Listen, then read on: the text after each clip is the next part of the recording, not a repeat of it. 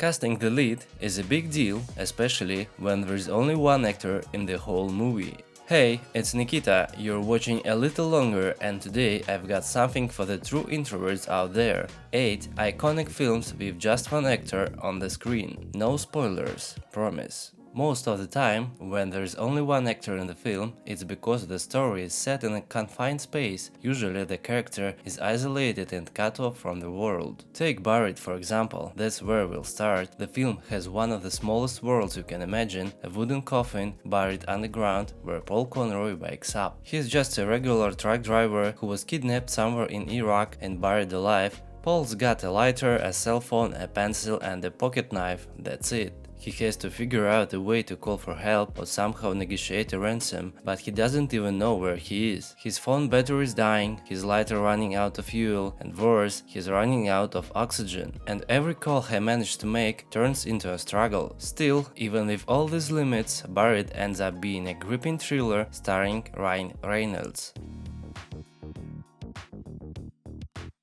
Let's stay in the claustrophobic zone with Oxygen. Unlike Paul's bare-bones confinement in the previous film, here we've got a much more high-tech setup. Elizabeth, played by Melanie Lauren, wakes up inside an advanced cryogenic pod. She has no idea who she is or where she's ended up. Just like in Buried, her main problem is the same, oxygen is running out. But this time, she's got more tools to work with. The pod is managed by an AI system called Milo, which she can talk to. It can access the internet, make calls and help her dig for answers. The thing is, the people she managed to reach seem to be hiding something and they are in no rush to help her. The film keeps the tension high, not just with the ticking clock of suffocation, but with a steady stream of plot twists and slowly reveal the truth behind the pod and the entire project.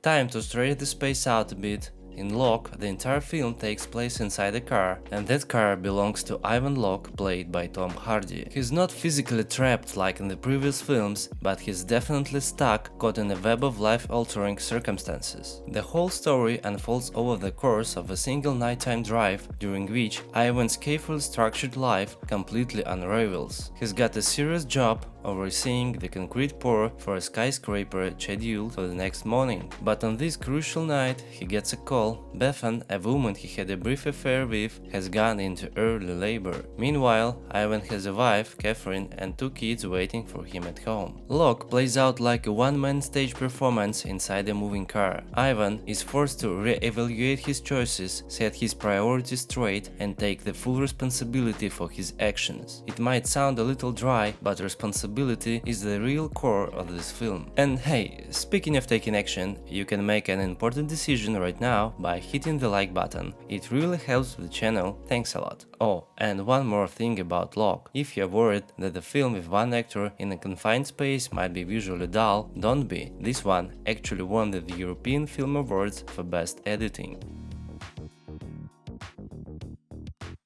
Let's get back to the theme of being trapped. 127 Hours is based on a true story that happened in 2003. Amateur climber Aaron Ralston sets off on a solo hike through a canyon, filming a video diary on his handycam. He's a real thrill seeker, someone who genuinely enjoys flirting with danger. While making his way through a narrow crevice, he leans on a boulder that shifts, sending him falling down, and the rock follows, pinning his arm against the canyon wall. Aside from 2 girls he early met on the trail, no one knows where he is. The situation is dire, but Aaron tries to stay optimistic. He uses everything he knows about survival and engineering to keep going. And once you realize James Franco is playing a real person, the ending hits even harder. Let me know in the comments if you want a full breakdown of the real story behind 127 Hours in our Based on True Events series. The film didn't take home the Oscar, but it racked up 6 nominations, including Best Picture and Best Actor.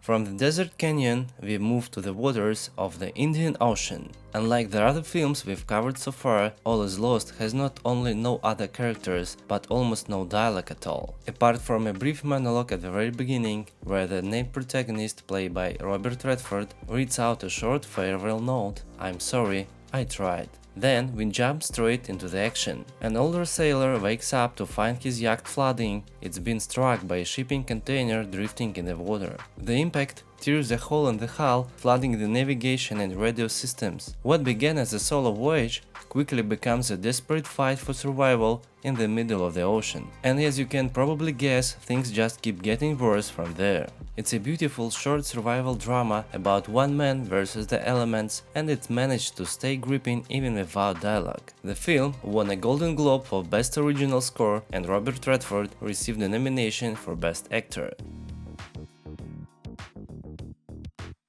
And once again, we're expanding the cinematic space, this time quite literally. Sam Bell, played by Sam Rockwell, isn't just alone in a room or a vehicle, he's got the entire planet to himself. He's the sole worker stationed on the far side of the moon, running a mining base that extracts helium-3, a substance that powers 70% of Earth's energy needs. His only companion is a robotic assistant named Gertie. There is no live communication with Earth, just pre-recorded video message that Sam sends and receives. He gets occasional messages from his wife and daughter waiting him for back home. And the good news is, he's almost done. His 3-year contract is about to end. But something's off. Right before he's supposed to leave, Sam's health starts to deteriorate fast. He's literally falling apart, and it's clear this isn't just bad timing or space fatigue. Moon is, in my opinion, one of the best sci-fi mystery films out there.